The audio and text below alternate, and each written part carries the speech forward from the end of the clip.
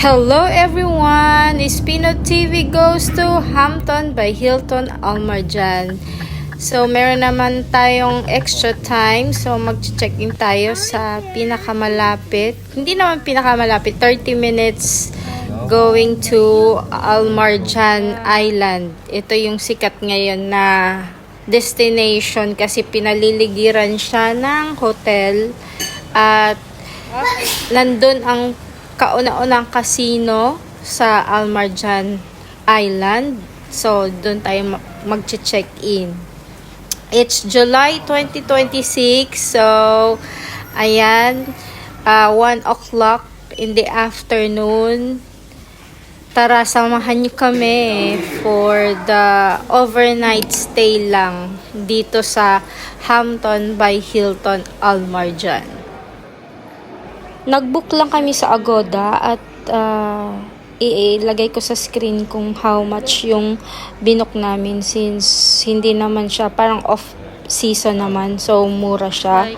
Tapos yung Marjan Island po is located sa Ras Al Khaimah, United Arab Emirates, at ito po ay isa sa pinaka-busiest na hotel na check-inan namin.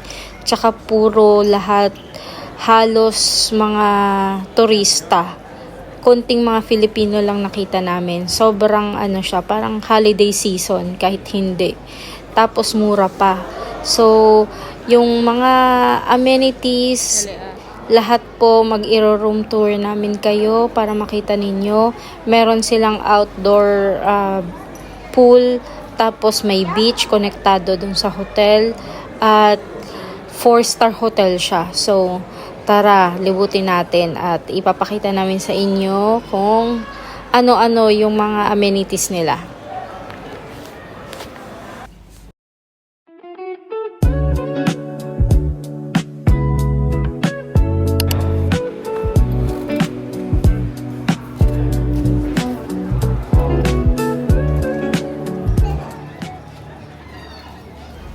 After namin mag-check-in at makakuha ng keycard, nag-roam around muna kami since maliwanag pa at medyo maaga pa, punong-puno ng tao. Para siyang holiday feels vibe yung outdoor pool nila. So, nag-ikot-ikot muna kami habang maliwanag pa para makita natin yung view. So, 4 o'clock na. Base lang tayo. Punta na tayo sa beach.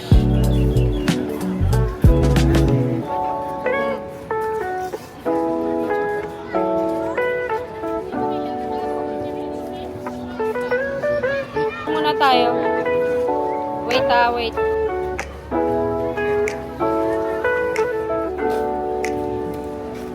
let's go to the room.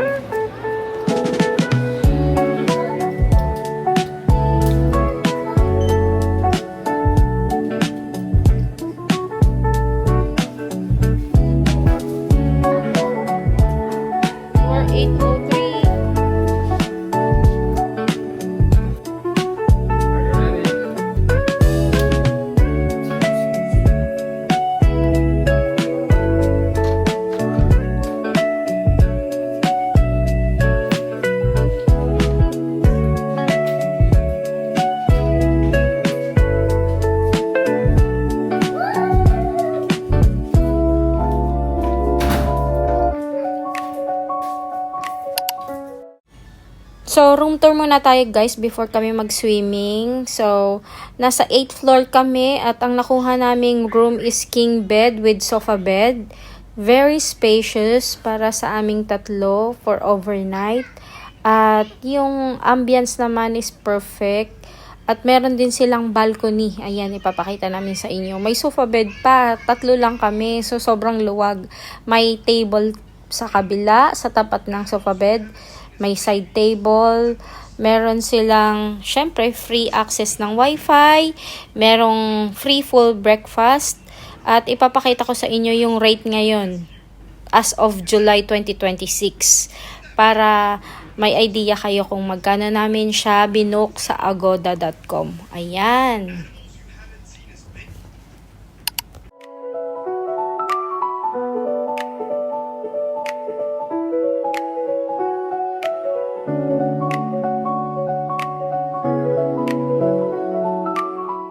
Ayan, as you can see, very cozy at simple pero malinis, mabango, kompleto sa gamit, may towel. On the right side naman, meron silang lotion tsaka hand wash. Ganon din sa shower area, may shampoo, body wash, tsaka conditioner. Ayan, paglabas natin, opposite niya is yung cabinet na merong full body size ng mirror. Andun nakalagay lahat, yung safe, hanger, lahat ng mga gamit ninyo pwede nyo ilagay, may iron. Tapos, pag in-slide nyo naman yung kabilang side nung cabinet na full body size mirror, makikita nyo yung parang vintage style ng mini ref, electric kettle, may water, may cup, may 2 glasses of water. Ayan, inopen ni Jayden yung ref. So, empty siya. So, pwede kayong maglagay ng mga personal ninyong drinks kung gusto ninyo. On the right hand naman ay makikita ninyo yung digital control para sa lahat ng area ng bawat sulok ng room ninyo. Merong pang night light, merong pang shower, sa bathroom, lahat i-access ninyo. Lahat ng area ng room ninyo. So, kung gusto nyong i-night time, meron. Tapos yung control para sa AC, meron din.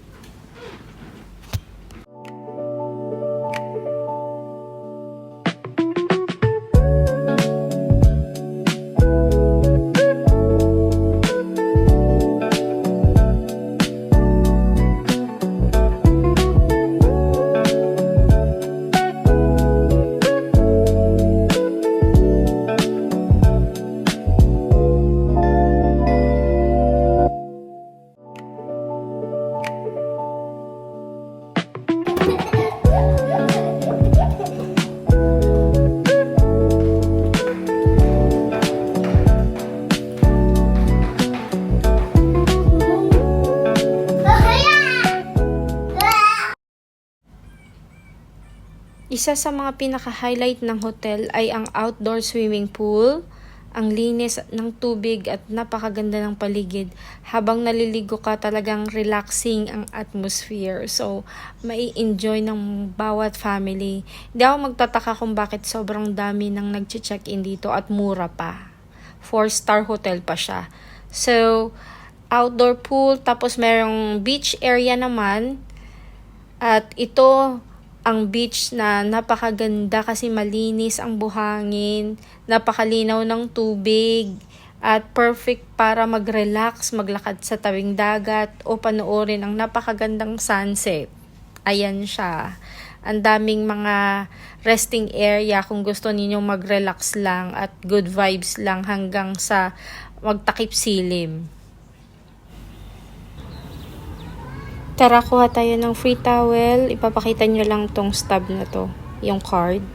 Tapos, bibigyan na kayo kung ilang towel gusto nyo para ma-enjoy ninyo yung beach.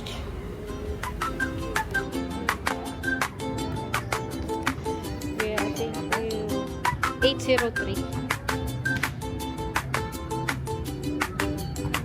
Thank you.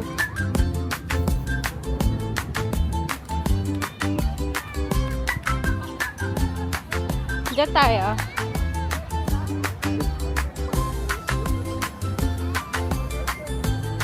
Dito, Jayden, no?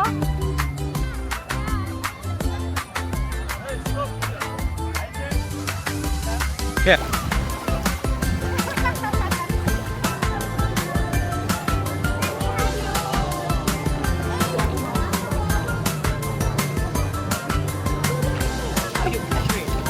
How's that possible?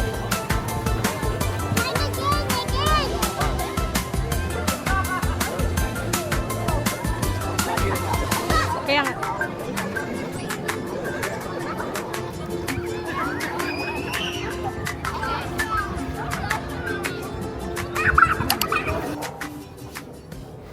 7:35 na ng gabi. So, ngayon, mag-iikot naman tayo after namin mag-swimming dito sa outdoor pool nila. Sobrang tahimik, presko ng hangin, at ang ilaw sa paligid ay nagbibigay ng relaxing na feeling. So, ayan, ikutin natin. Tapos, sa bandang gilid, doon yun sa may kabilang side ng outdoor pool nila, merong kids play area. Napakalinis at safe para sa mga bata. So, ang daming mga ibang lahi, karamihan, turista talaga. Tapos, itong view na yan ay kids pool. Tapos, on the right side, yun naman yung pang adult na pool, yung pinag-swimingan natin kanina.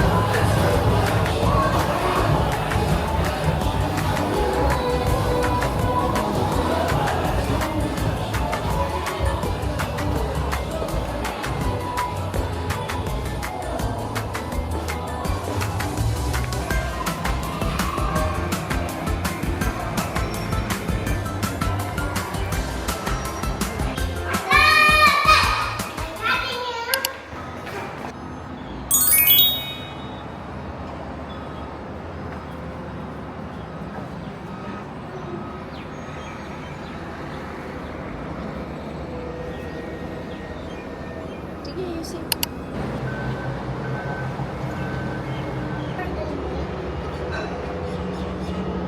Okay.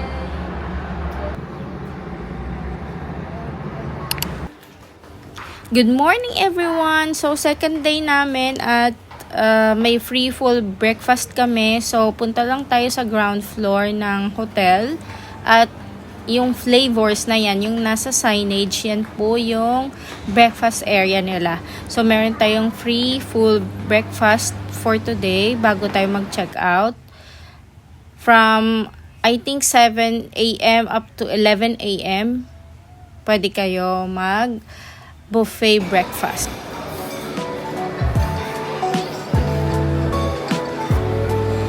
Eat mo na.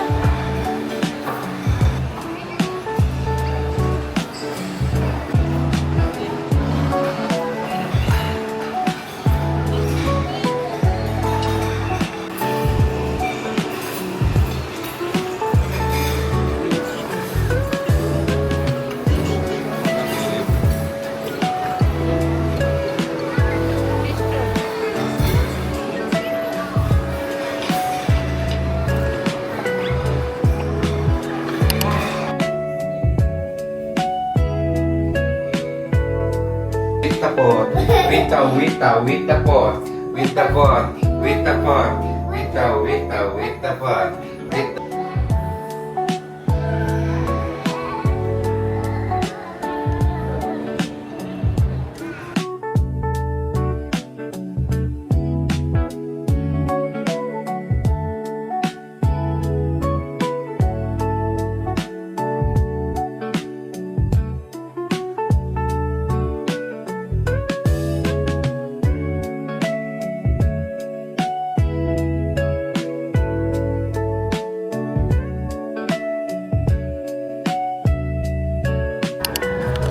that's it for today's vlog. Maraming salamat sa pagsama ninyo sa amin at sa panibagong adventure. Sana ay nag-enjoy kayo at may mga na-discover kayong bagong lugar kasama namin.